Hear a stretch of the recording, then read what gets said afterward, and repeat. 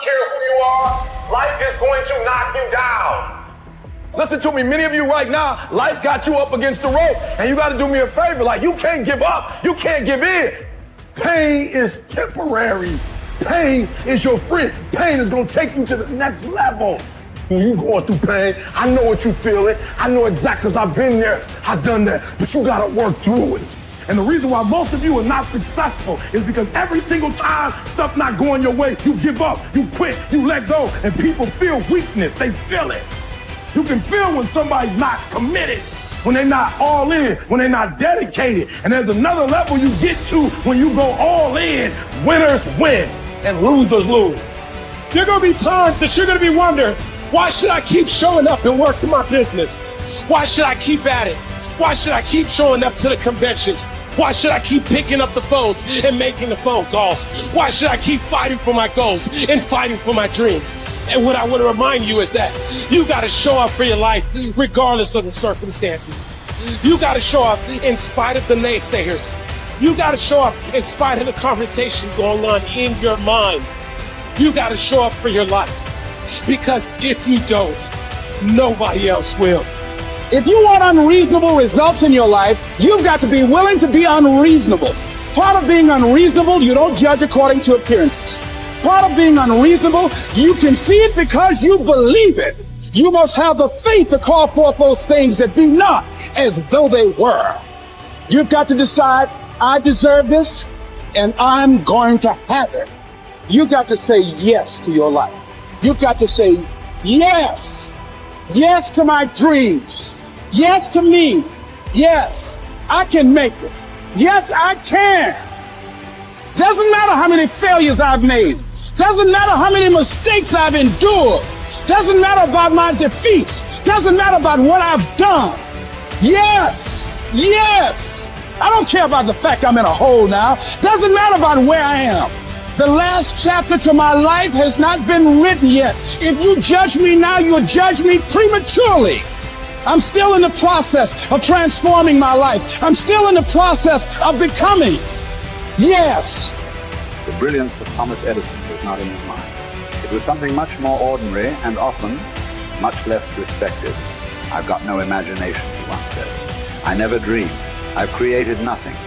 If you're someone who doesn't like Edison, you might think that this is Edison admitting to stealing his inventions from other, more brilliant inventors, like Nikola Tesla. Not quite, but he did readily concede that most of the credit belonged to something other than his brain. The genius hangs around his laboratory day and night, Edison said. If anything happens, he's there to catch it. If he wasn't, it might happen just the same. Only it would never be his. What he's talking about is showing up. The incredible, underrated power of clocking in every day, putting your ass in the seat, and the luck this seems to inevitably produce. Edison lived in his laboratory and never missed a day. Like Gehrig, even when he was sick, when he was tired, or when visited by tragedy or disaster.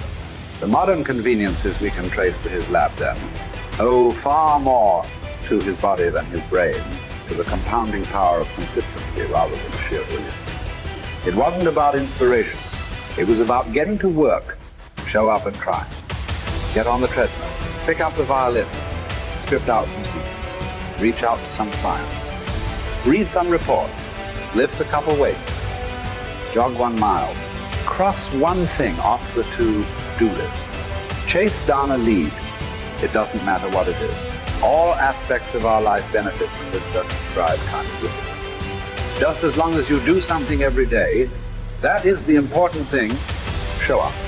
When you're tired, when you don't have to, even if you have an excuse, even if you're busy, even if you won't get recognized for it, even if it's been kicking your ass lately, once something is done, you can build on it. Once you get started, momentum can grow.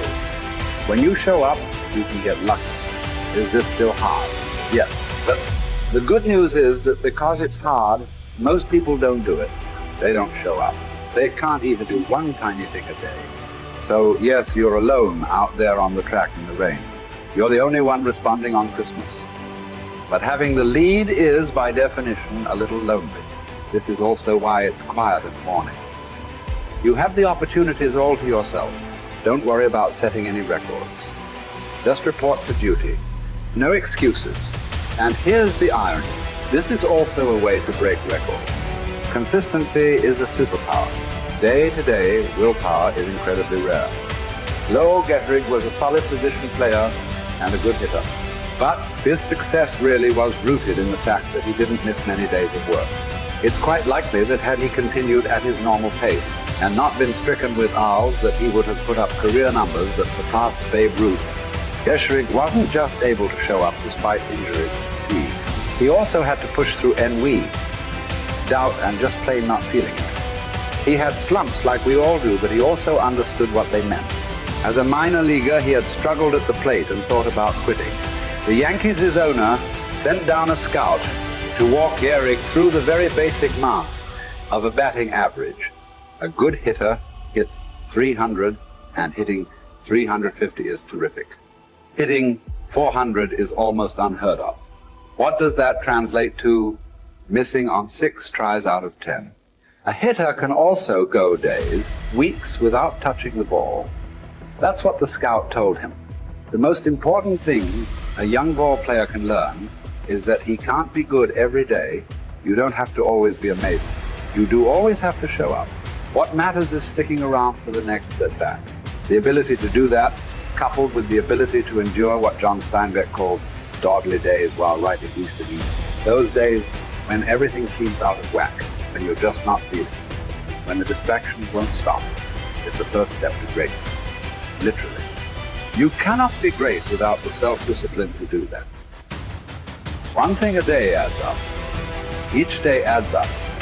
But the numbers are only interesting if they accumulate in large quantities.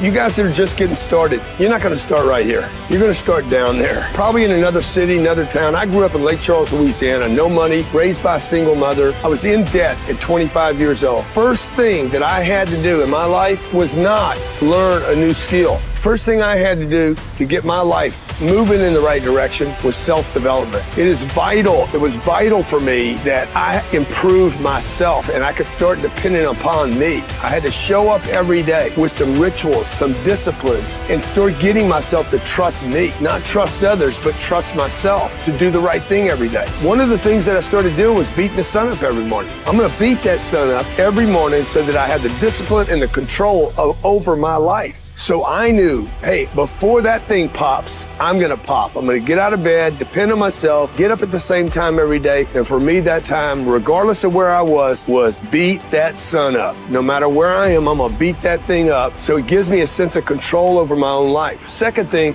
I had to start cleaning up my life and my friends and my environment. When I was younger, between 15 and 25, I was doing crazy stuff in my life. Wasting my weekends. I had the saying, weekends are for the weak.